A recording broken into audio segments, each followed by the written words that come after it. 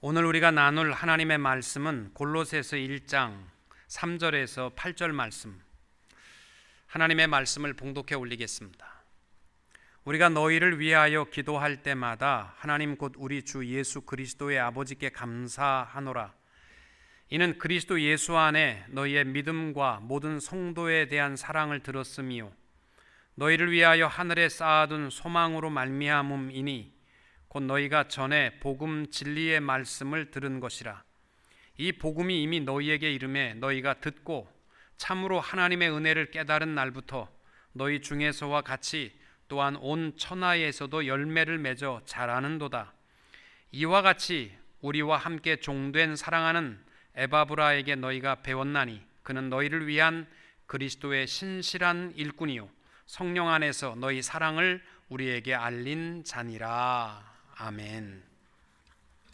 오늘의 말씀의 제목은 좋은 소식, 복된 소식이라는 것입니다.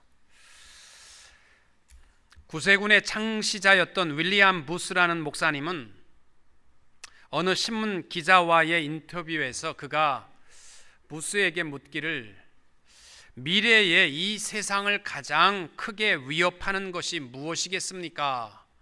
라고 물었을 때 그는 원자탄이나 무슨 핵폭탄이 아니고 그는 대답한 말이 뭐냐면 중생 없는 용서를 말하는 철학적인 기독교가 가장 위협적이고 그리스도가 없는 기독교가 가장 위협적이고 성령님이 없는 기독교가 가장 위협적이고 하나님이 없는 정치가 가장 위협적이고 지옥 없는 천국을 소개하는 것이 가장 위협적이라고 대답했습니다.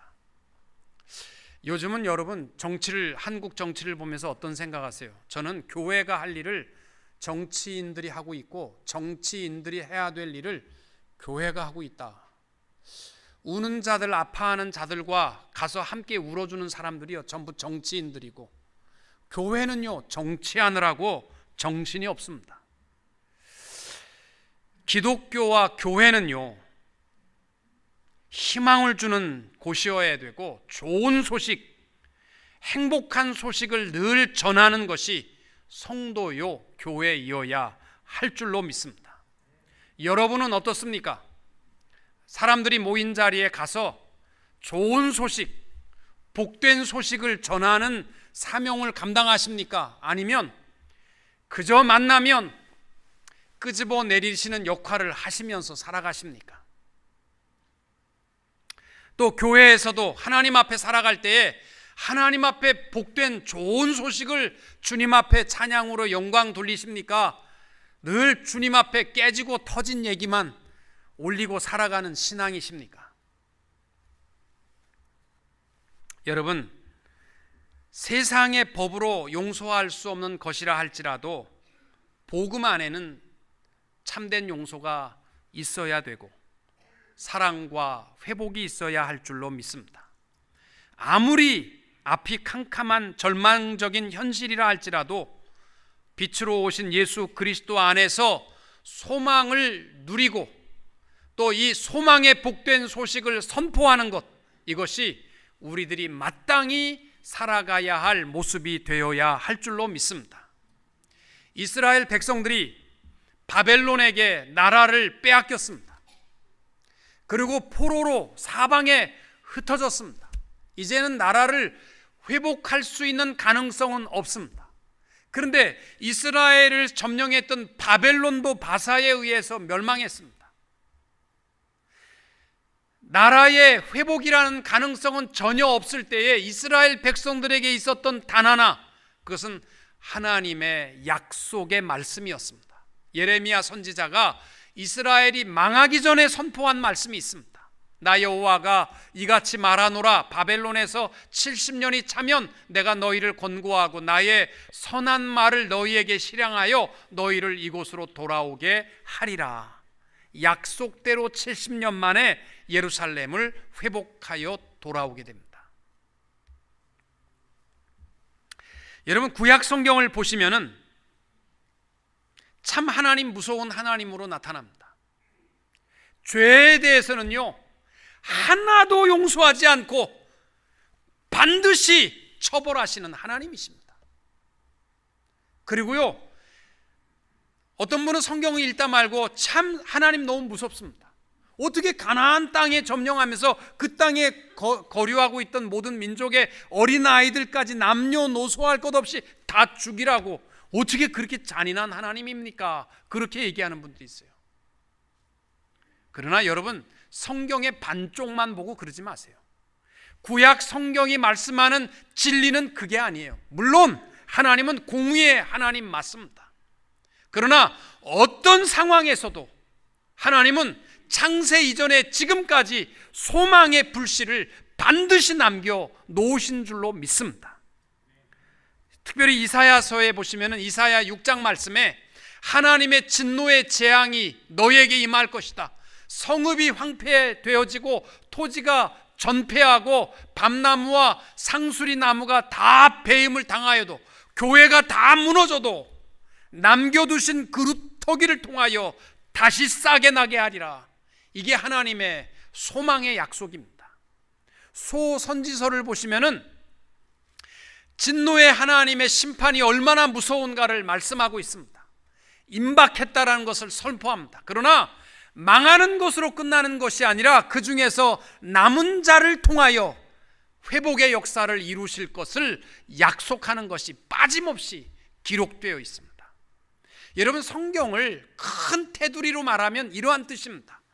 공의의 하나님, 죄에 대해서 절대적으로 심판하시는 하나님 앞에 우리가 철저히 죄인이라는 사실을 깨닫고 헤어나올 수 없다라는 죄인임을 깨닫고 우리로 소망의 불씨로 끄집어서 어디까지 인도하시는 거냐면 골고다 십자가 예수 그리스도 앞으로 우리를 인도해 나가는 것이 성경의 전체의 내용인 것입니다.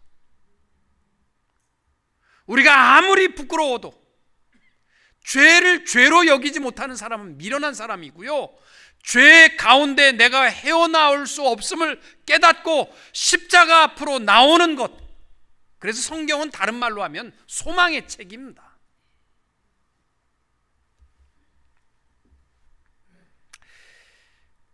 적어도 우리는 하나님의 소망의 불빛 가운데 나와 이 자리에 앉아있게 된 줄로 믿습니다. 그렇다면 무서운 하나님이 아니라, 절망의 세상이 아니라 희망을 주고 복된 소식을 전하고 좋은 소식을 전하며 살아가는 성도님들이 꼭 되시기를 주님의 이름으로 축원합니다. 여러분, 부모들이 참 우리 자녀들이 살아가기가 참 어려운 세상 아닙니까? 저도 아이들이 이제는 거의 커서 자기의 갈 길을 가다가 보니까 참 불안하고 뭘 해야 될지 모르겠어요. 그런데 부모를 가장 시원하게 하는 대답이 뭔지 아십니까? 지금 내 자녀가 고생을 하더라도 아버지, 이제 뭔가 소망이 보이기 시작합니다. 이러면요, 부모에게 이것보다 더 행복한 대답이 어디 있겠어요? 사업을 하는데 너무너무 어려워. 그런데 아버지, 뭔가 이제 소망이 보이기 시작합니다. 여러분, 이것보다 더 좋은 소식 없어요. 저는 목회자인데도 성도들이 참 힘들고 어렵게 살아가면서 목사님, 이제 소망이 보이기 시작합니다. 그러면 제가 행복한데요. 여러분, 우리 좀 복된 소식을 전하는 자들, 또 좋은 소식을 전하며 하나님 앞에도 좋은 소식으로 영광 돌리고 형제와 이웃에게도 늘 끄집어 내리는 자가 아니라 좋은 소식, 복된 소식을 전하는 자로 살아가는 소망의 자녀들이 되시기를 축복합니다. 오늘 이 골로새서를 쓴 바울의 생애를 보게 되면 원래 그는 굉장히 비판적이고 부정적이고 또 다른 사람을 정죄하는 일을 사명으로 알았던 사람이에요. 그래서 예수 믿는 사람들을 쫓아가서 잡아다가 핍박하고 그들을 잡아 죽이는 일을 했던 바울이에요. 스데반 집사를 돌로 쳐 죽일 때에 가장 중심 핵심에 서서 있었던 자가 바울입니다. 그런데 그가 골고다 언덕 예수를 만난 이후에 그의 인생은 어떻게 바뀌었느냐? 지지난주에 말씀드렸지만 그는 감사의 달인이었습니다. 어떠한 위치에서도 그는 하나님 앞에 감사했습니다. 그리고 기뻐하라, 내가 다시 너에게 말하노니 기뻐하라. 기쁨의 달인이었습니다. 사랑하는 성도 여러분, 오늘 바울이 옥중에 갇혀 있으면서 골로새 성도들에게 내가 너무너무 기쁘고 감사하다. 그 이유가 뭐냐? 너희들에게 들려오는 그 복된 소식 때문에 내가 기쁘고 감사하다. 그 내용이 오늘 본문의 말씀입니다. 사랑하는 성도 여러분, 우리 대홍교회 성도님들은 여러분의 일터에서나 여러분의 가정에서나 사람들과의 모임에서나 하나님 앞에 늘 좋은 소식을 전하고 복된 소식을 나눌 수 있는, 하나님을 기쁘시게 하는 성도님들이 되시기를 축복합니다. 이사야 52장 7절 말씀에 보시면은 좋은 소식을 전하며 평화를 공포하며 복된 좋은 소식을 가져오며 구원을 공포하며 시온을 향하여 이르기를 내 하나님이 통치하신다 하는 자의 산을 넘는 발이 어찌 그리 아름다운가. 하나님께서 너무너무 기뻐하시고 감동을 받으시는 것이 뭐냐면 좋은 소식을 전할 때, 복된 소식을 우리가 전하고 살아가게 될 때 우리 하나님 기뻐하신 것을 기억하시고 여러분이 바로 좋은 소식의 메신저들이 되시고 복된 소식의 메신저들이 될 수 있기를 주님의 이름으로 축원합니다. 제일 먼저 옥중에 있는 바울이 골로새 교회를 향하여서 내가 기쁘고 감사하는 첫 번째 이유가 뭐냐? 4절입니다. 이는 그리스도 예수 안에 너희의 믿음과 모든 성도에 대한 사랑을 들었음이요. 여러분, 다시 말하자면 우리 하나님께서 우리를 통하여 가장 기뻐하시는 것은 웅장한 예배가 아닙니다. 화려한 멋진 고대 멋있는 교회당, 베드로 성당의 모습이 하나님을 기쁘시게 하는 것 아니고요, 교회 성도들의 그 사랑의 메시지를 통해서 하나님이 기뻐하시는 줄로 믿습니다. 여러분, 세상 사람들이 모여있는 극장이나 무슨 이런 데 앉는 의자를 영어로 seat이라고 얘기합니다. 그리고 교회에, 여러분이 지금 앉아있는 교회의 회중석을 가리킬 때는 seat이라고 얘기하지 않고 뭐라고 얘기하냐면 영어로 nave라고 얘기합니다. 이 말은 뭐냐면 한 배에 같이 앉아있다라는 뜻입니다. 여러분, seat은요 목적이 뭐냐면 편안하고 안락하고 즐거우면 되는 거예요. 그래서 온통 시스로, 세상의 극장에 여러분 가보셨습니까? 요새 의자가요 거의 180도 높습니다. 막 목 기대하고 푹신푹신하고 옆에 손 올리고, 그게 왜냐하면 시스의 목적이 그거예요. 편안하고 즐겁고 만족하면 되는 게 시스입니다. 그러나 교회 의자를 뭐 편안하고 누워서 하는 그걸로 바꾸는 교회는요 정말 또라이 교회들입니다. 교회 의자는 시시 아니고요 네이브입니다. 이거는요 팔걸이가 없어도 좋습니다. 서로가 하나가 되어서 서로가 분열하고 찢으면 같이 망하는 거예요. 한 배에 타고 하나로 항해하고 있는 데에 앉아 있는 것이 네이브, 교회 의자입니다. 이것이 하나님이 기뻐하시는 교회와 예배가 되는 줄로 믿습니다. 빌립보서 2장 1절부터 4절까지 이렇게 말씀합니다. 그러므로 그리스도 안에 무슨 권면이나 사랑의 무슨 위로나 성령의 무슨 교제나 긍휼이나 자비가 있거든. 이거 다 교회가 할 일이잖아요. 마음을 같이하여 같은 사랑을 가지고 뜻을 합하며 한 마음을 품어 아무 일에든지 다툼이나 허용으로 하지 말고 그냥 싸우겠다고 달라붙는 사람들 돼서는 안 돼요. 오직 겸손한 마음으로 각각 자기보다 남을 낮게 여기고 각각 자기 일을 돌아볼 뿐더러 또한 각각 다른 사람들의 일을 돌아보아 나의 기쁨을 충만하게 하라. 우리 하나님 기뻐하시는 게 뭔지 분명히 말씀하잖아요. 뭐 위대한 일 아닙니다. 어떤 일을 하든지 간에 한 마음이 되어서 다툼으로 하지 말고 사랑하는 마음으로 하는 것이 내가 가장 기뻐하는 것이라는 겁니다.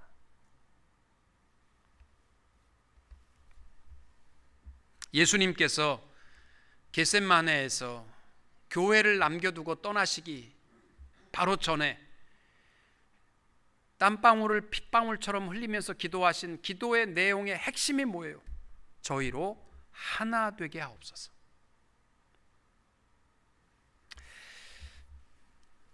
여러분, 세상 사람들의 모든 싸움의 이유가 뭐냐면요, 정죄와 비난입니다. 실제로 어떤 아주머니가 남편을 잃고 살아가긴 어려워서 포장마차를 운영했답니다. 근데 이 아주머니가 참 많이 배우고 알고 있는 아주머니인데, 포장마차를 하다 보니까 사람들이 다 들어올 때는 기쁜 얼굴을 가지고 들어온대요. 야, 한 잔만 더 하자. 다 그러면서 들어오는 데가 포장마차랍니다.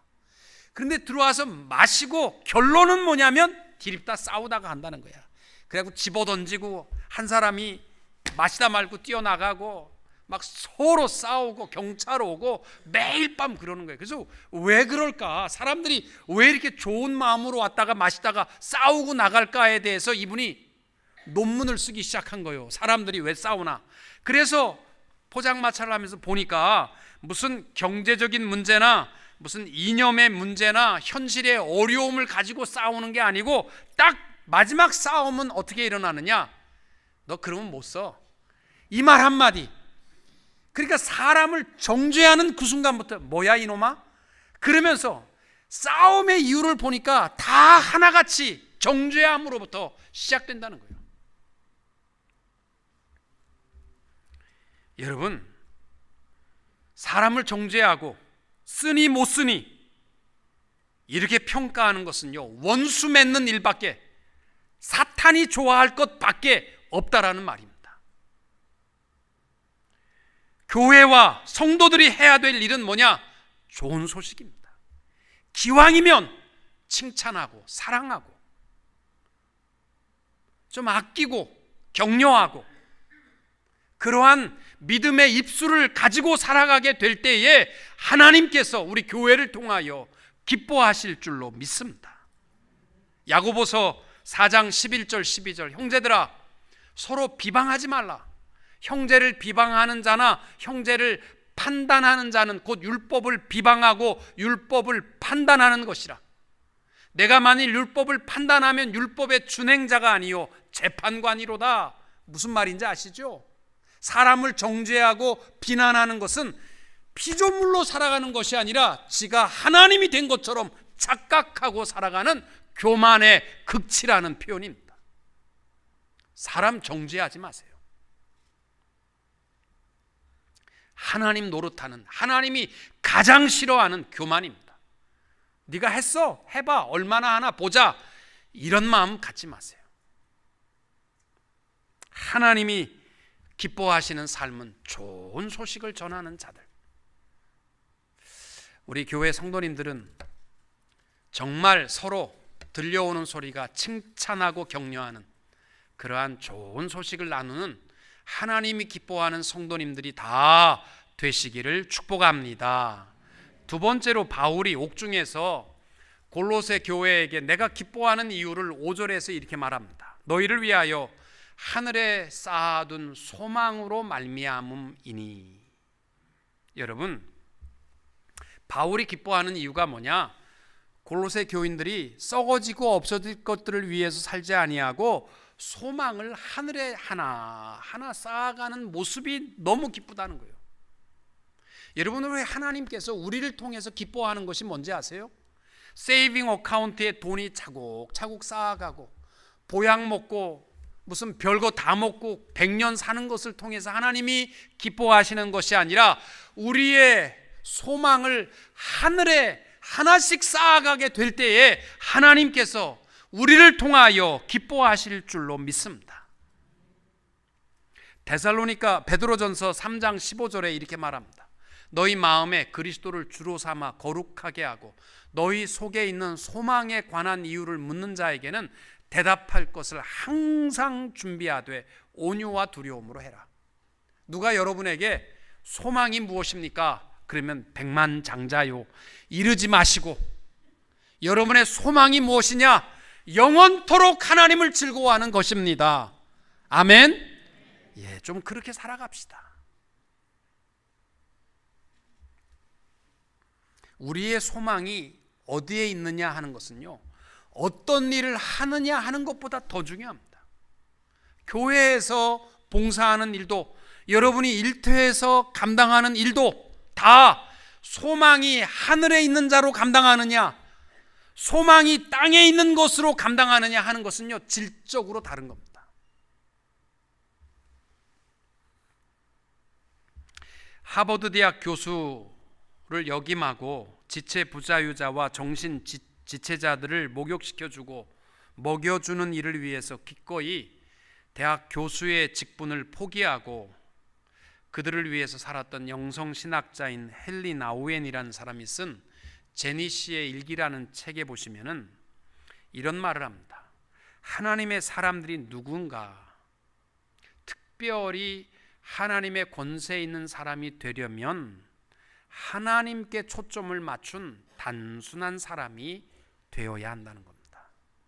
복잡하지 말고요, 그저 우리의 초점이 왔다 갔다 하지 마시고 하나님께 초점을 두고 심플하게 좀 삽시다.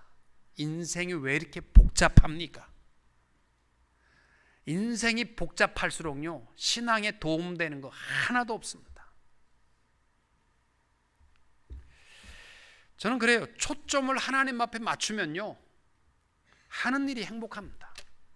근데 초점을 나한테 맞추면요, 내가 좋은 일, 내가 행복하고 내가 기쁜 일만 하게 돼 있어. 남을 위해서 안 해. 왜?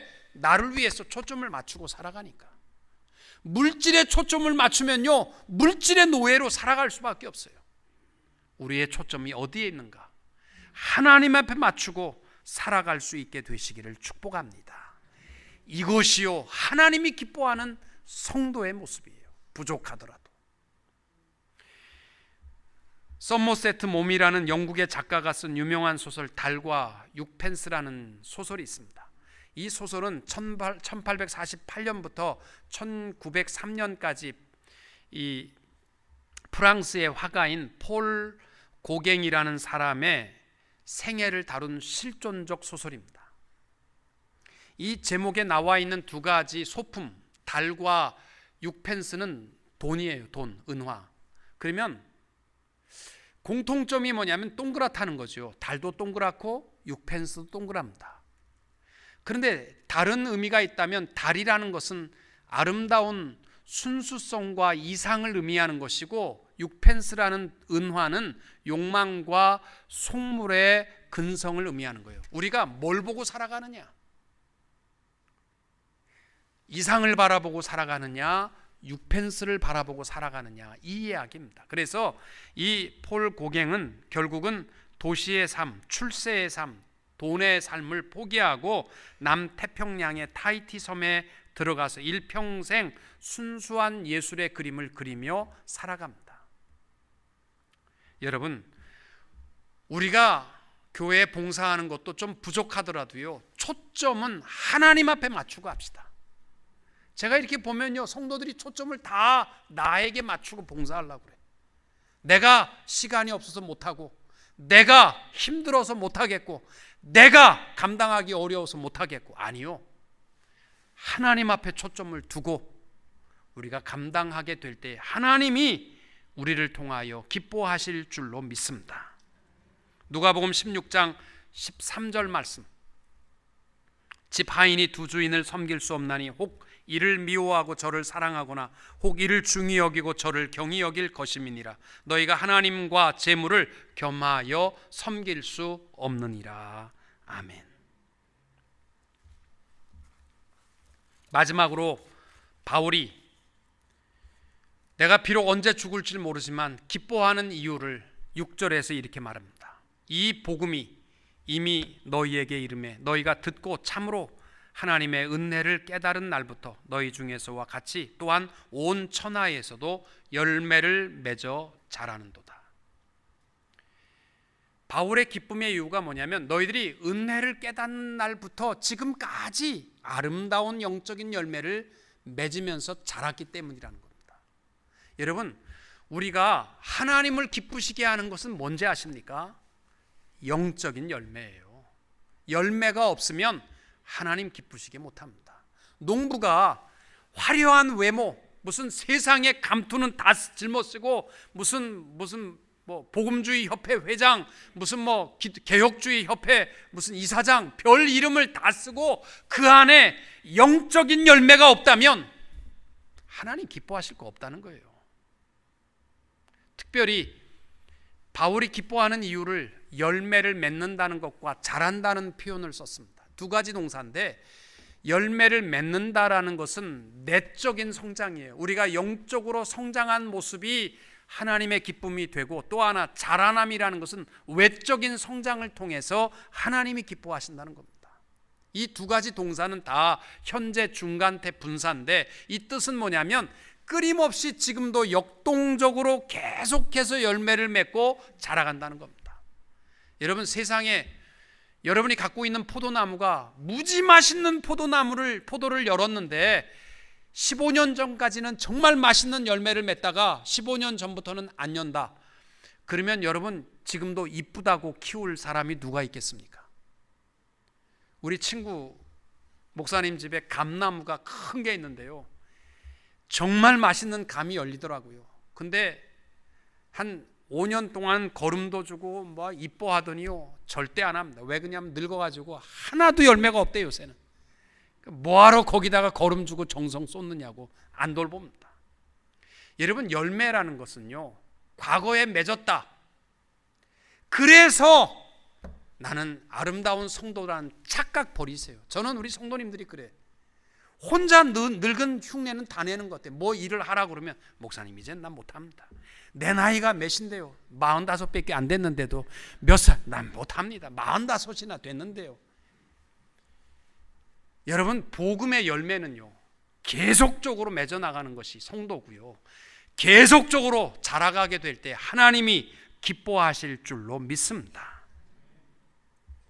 열매를 맺는다는 것은 하나님의 은혜와 우리의 수고가 열매를 맺게 되어 있습니다. 우리 어렸을 때 주일학교에서 많이 불렀던 복음성이 뭐예요? 오이밭에 오이가 길쭉길쭉, 길쭉길쭉 잘도 열렸네. 저 혼자서 컸을까? 아니죠. 정말 혼자 컸을까? 아니죠. 위에 계신 하나님이 키워주셨죠. 아멘. 여러분, 하나님께서 열매 맺게 도와주세요. 그러면 나는 가만히 누워서 되느냐? 아니에요. 제가 우리 교회 성도님들 보면요,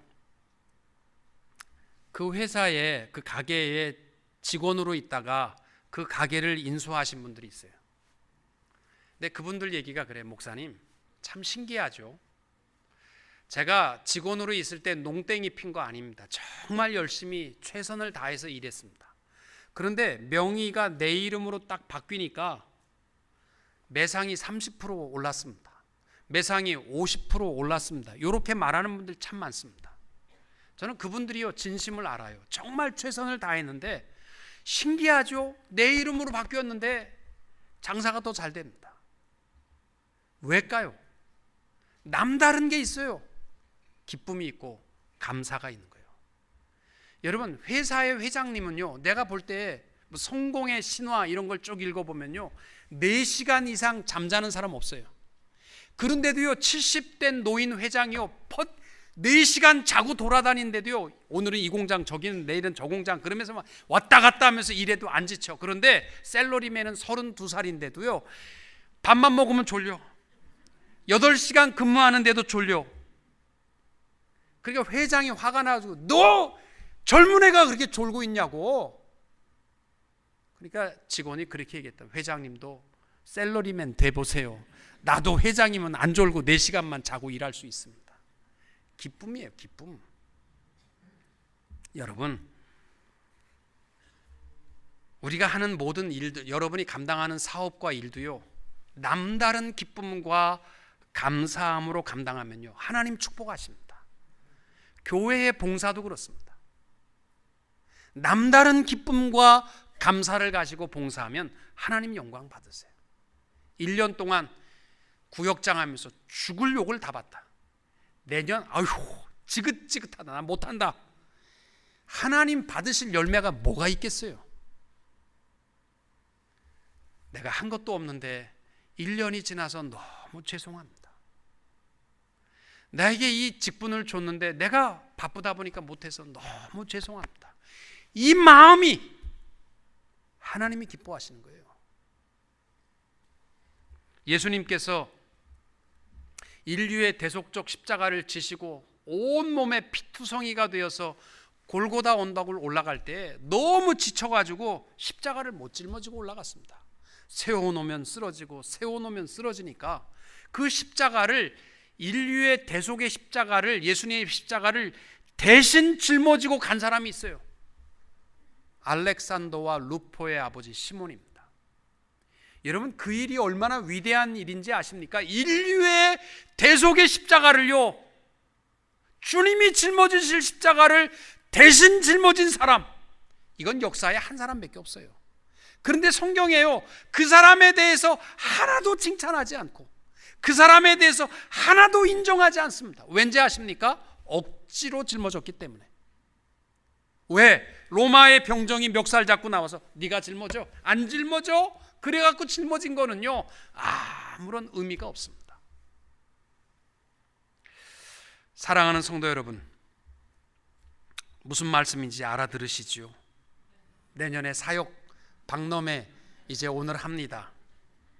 억지로 하지 마시고 여러분 자원함으로 합시다. 그래야 목사도 기뻐요. 우리 함께 우리 교회에 내년에 나를 늙은이로 취급하면 하나님께서 정말 늙게 하십니다. 젊은이로 살아갑시다. 그리고 내게 주신 사명을 기쁨으로 감당하여 하나님을 기쁘시게 하는 복된 메신저들이 되시기를 주님의 이름으로 축원합니다.